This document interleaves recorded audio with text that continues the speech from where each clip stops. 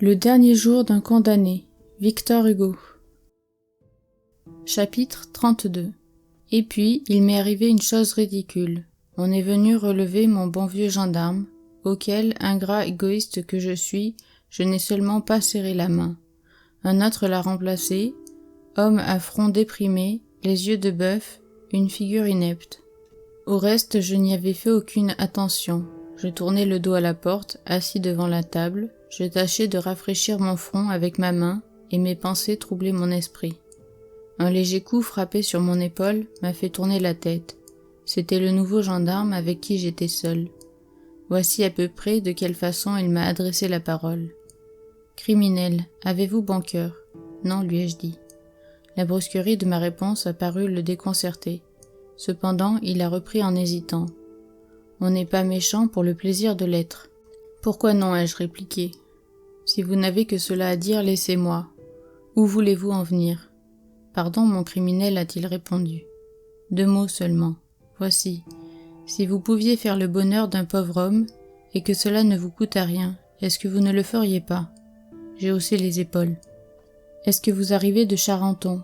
Vous choisissez un singulier vase pour y puiser du bonheur. Moi, faire le bonheur de quelqu'un ?» Il a baissé la voix et pris un air mystérieux, ce qui n'allait pas à sa figure idiote. « Oui, criminel, oui, bonheur, oui, fortune, tout cela me sera venu de vous. Voici, je suis un pauvre gendarme, le service est lourd, la paye est légère, mon cheval est à moi et me ruine, or je mets à la loterie pour contrebalancer. Il faut bien avoir une industrie. Jusqu'ici, il ne m'a manqué pour gagner que d'avoir de bons numéros. J'en cherche partout de sûr, et je tombe toujours à côté. Je mets le 76, il sort le 77. J'ai beau les nourrir, ils ne viennent pas. Un peu de patience, s'il vous plaît, je suis à la fin. Or, voici une belle occasion pour moi. Il paraît, pardon criminel, que vous passez aujourd'hui. Il est certain que les morts qu'on fait périr comme cela voient la loterie d'avance. Promettez-moi de venir demain soir. Qu'est-ce que cela vous fait? Me donner 3 numéros, 3 bons, hein? Je n'ai pas peur des revenants, soyez tranquille. Voici mon adresse. Caserne Popincourt, escalier A, numéro 26, au fond du corridor. Vous me reconnaîtrez bien, n'est-ce pas? Venez même ce soir si cela vous est plus commode. J'aurais dédaigné de lui répondre à cet imbécile si une espérance folle ne m'avait traversé l'esprit. Dans la position désespérée où je suis, on croit par moments qu'on briserait une chaîne avec un cheveu. Écoute, lui ai-je dit en faisant le comédien autant que peut le faire celui qui va mourir. Je puis en effet te rendre plus riche que le roi, te faire gagner des millions, à une condition. Il ouvrait des yeux stupides. Laquelle? Tout pour vous plaire, mon criminel. Au lieu de 3 numéros, je t'en promets 4. Change d'habit avec moi. Si ce n'est que cela, s'est-il écrié, en défaisant les premières agrafes de son uniforme. Je m'étais levé de ma chaise, j'observais tous ses mouvements, mon cœur palpitait. Je voyais déjà les portes s'ouvrir devant l'uniforme de gendarme, et la place, et la rue, et le palais de justice derrière moi. Mais il s'est retourné d'un air indécis. « Ah, ça, ce n'est pas pour sortir d'ici ?» J'ai compris que tout était perdu. Cependant, j'ai tenté un dernier effort, bien utile et bien insensé. « Si fait, lui ai-je dit, mais ta fortune est faite. » Il m'a interrompu. « Eh bien non, tiens, et mes numéros. Pour qu'ils soient bons, il faut que vous soyez morts. » Je me suis rassis muet et plus désespéré de toute l'espérance que j'avais eue. Chapitre 33. J'ai fermé les yeux et j'ai mis les mains dessus, et j'ai tâché d'oublier le présent dans le passé. Tandis que je rêve, les souvenirs de mon enfance et de ma jeunesse me reviennent un à un, doux, calmes, riants, comme des îles de fleurs sur ce gouffre de pensées noires et confuses qui tourbillonnent dans mon cerveau.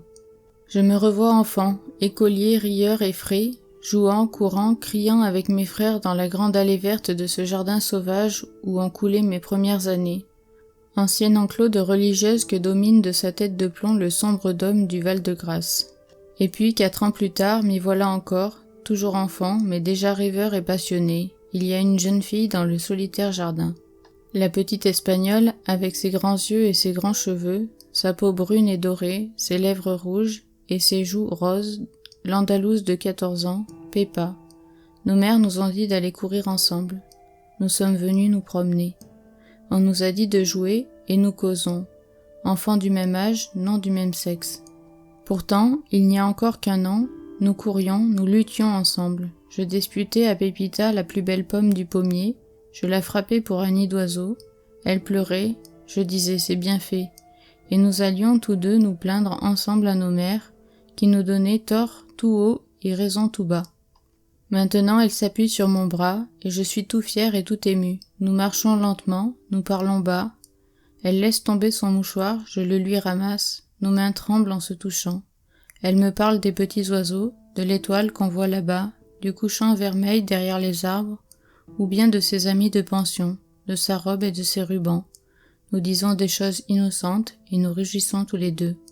La petite fille est devenue jeune fille. Ce soir-là, c'était un soir d'été. Nous étions sous les marronniers au fond du jardin. Après un de ces longs silences qui remplissaient nos promenades, elle quitta tout à coup mon bras et me dit « Courons ». Je la vois encore, elle était toute en noir, en deuil de sa grand-mère. Il lui passa par la tête une idée d'enfant.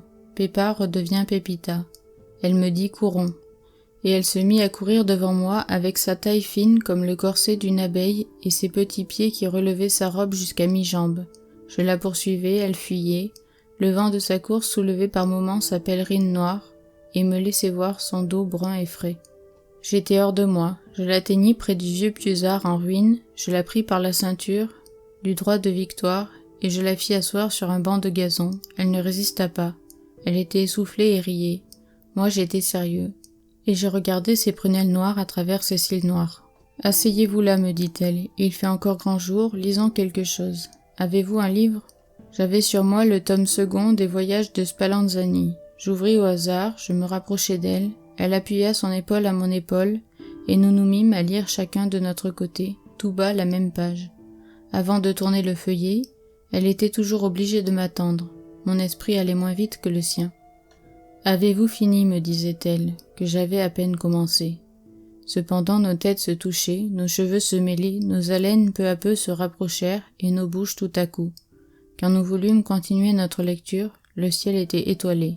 « Oh, maman, maman, dit-elle en rentrant, si tu savais comme nous avons couru. » Moi, je gardais le silence. « Tu ne dis rien, me dit ma mère. Tu as l'air triste. » J'avais le paradis dans le cœur. C'est une soirée que je me rappellerai toute ma vie. Toute ma vie.